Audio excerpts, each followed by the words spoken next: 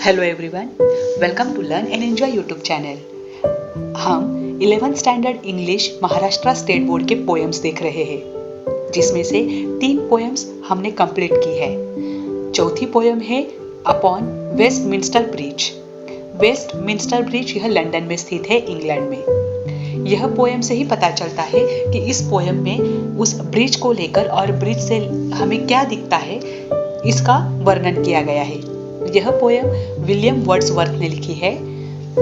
William Wordsworth बोलते हैं कि सुबह सुबह सूर्योदय के पहले पहले उस ब्रिज पर जाकर वह खड़े होते हैं और वहां से धरती का खूबसूरत नजारा वह देखते हैं। इस पोएम में उन्होंने ब्रिज का तथा ब्रिज से दिखने वाले सुंदर दृश्य का वर्णन किया है। जब दुनिया इंडस्ट्रियल रिवॉल्यूशन का अनुभव कर रही थी, दुनिया के बहुत सारे लोग सुबह सुबह नींद में थे, तब इस शांत क्लाइमेट को, इस क्वाइट नेचर को विलियम्स वर्ड्सवर्थ उस वेस्टमिंस्टर ब्रिज से अनुभव कर रहे हैं। इन्होंने यह पोएम कलेक्शन ऑफ पोएम्स इस किताब या कविता संग्रह से ली है। तो चलिए स्टार्ट करते हैं आज की poem upon Westminster bridge. First stanza.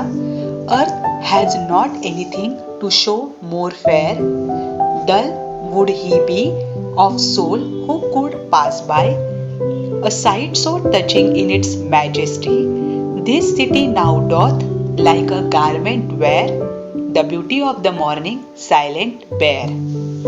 इसमें जो अभी वर्ड्स आए हैं, डल यानी सुस्त, लोग अभी भी नींद में सुस्त है, इसके लिए डल वर्ड यूज किया है। मैजेस्टी यानी शानदार, गारमेंट यानी पता है हमें कपड़ा या वस्त्र। डोथ ये नया शब्द आया है जो हेल्पिंग वर्ड है डू और डच के लिए। जो ओल्ड इंग्लिश थी उसमें जो ओल्ड राइटर है वह डोथ वर्ड लिखते हैं, तो उसे डथ कहा जाता है, डच की जगह पर डथ। और पैर यानी खुले पैर, नंगे पैर। अब आज का एक्सप्लेनेशन देखते हैं।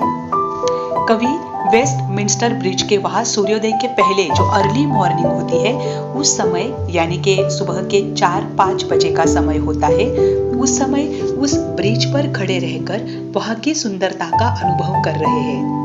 कवि कहते हैं पृथ्वी पर इससे पहले इतना अधिक सुंदर दृश्य नहीं हो सकता था। केवल वह व्यक्ति जो बहुत अधिक सुस्त है वह इस तरह के शानदार दृश्य को नजरअंदाज करेगा।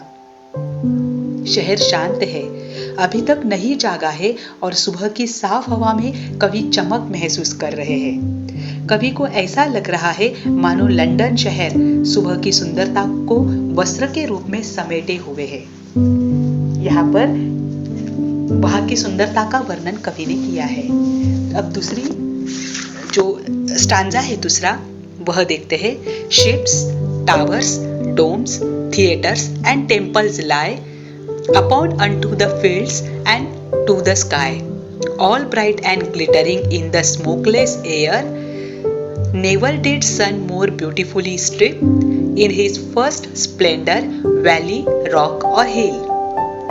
अब यहाँ पर ग्लिटरिंग यानी चमक, स्मोकलेस यानी प्रदूषण मुक्त हवा, स्प्लेंडर यानी घाटी या फिर सूर्य की जो पहली किरणें हैं, और दूसरा है डोम्स यानी गुंबद। अभी देखिए मानव निर्मित संरचनाएं हैं जैसे कि शिप्स यानी जहाज, टावर, गुंबद, थिएटर एंड मंदिर। ये कहा है वहां पर उनको उस ब्रिज से वो सब नजर आ रहे हैं जो इंसान ने बनाए हुए हैं, वो भी सूर्योदय के समय चमक रहे हैं, प्रदूषण मुक्त हवा में और भी चमक रहे हैं। उसी के साथ सुबह सुबह की सूर्य की जो किरणें हैं वह किस में पड़ रही है, घाटी, पहाड़ी और चट्टान पर पड़ रही है और वो भी चमक रहे हैं। यानी निसर्ग से जो निर्मित वस्तुएं हैं और मानव निर्मित जो वस्तुएं हैं, ये दोनों भी वस्तुएं सुबह की इस चमक से, इन किरणों से चमक रही है। सुबह की हवा इतनी प्रदूषण मुक्त है जो उस ब्रिज से कवि को दिख रही है। इस तरह के सूर्योदय को कवि ने कभी नहीं देखा है, ऐसा कवि आगे कहते हैं। तीसरा stanza. Never saw I, never felt a calm so deep, the river glideth at his own sweet will, Dear God, the very houses seem asleep and all that mighty heart is lying still. Never. कभी आगे कहते हैं मैंने कभी नहीं देखा है. Never saw I. Never felt. नहीं कभी ऐसी गहरी शांति अनुभव की है. A calm so deep. आगे कहते हैं कि थेम्स नदी जो है वह पुल के नीचे से धीरे धीरे बह रही है. हे भगवान, भगवान से अब कहते हैं लोग अभी भी अपने घर में चैन से सो रहे हैं और शांति से अपनी मीठी नींद में सो रहे हैं, आराम कर रहे हैं, लेकिन मैं क्या कर रहा हूँ यहाँ पर इस अद्भुत सुंदरता की अनुभूति कर रहा हूँ. इस शांति को, जो गहरी शांति मुझे यहाँ पर मिल रही है वो लोग भी प्राप्त नहीं कर सकते हैं. ऐसे कवि के यहाँ पर भाव है और यहीं पर कवि क्या करते हैं अपनी पोएम कंप्लीट कर लेते हैं. उनका कहना बस ये है कि इस ब्रिज से इतना सुंदरता का अनुभव इसके पहले मैंने कभी नहीं किया था और मैं बहुत भाग्यशाली हूँ कि वह अनुभव करने का मौका मुझे मिल रहा है, क्योंकि बहुत सारे लोग अभी भी अपने घर में नींद में है, सुस्ती में है, पर इस अनुभव को मैं अपने अनुभूति में ले रहा हूँ. आज की पोयम आपको कैसी लगी जरूर बताइएगा. अगर अभी तक आपने चैनल सब्सक्राइब नहीं किया है तो जरूर करिएगा ताकि आपको आगे के नोटिफिकेशंस मिलते रहे. Thank you very much.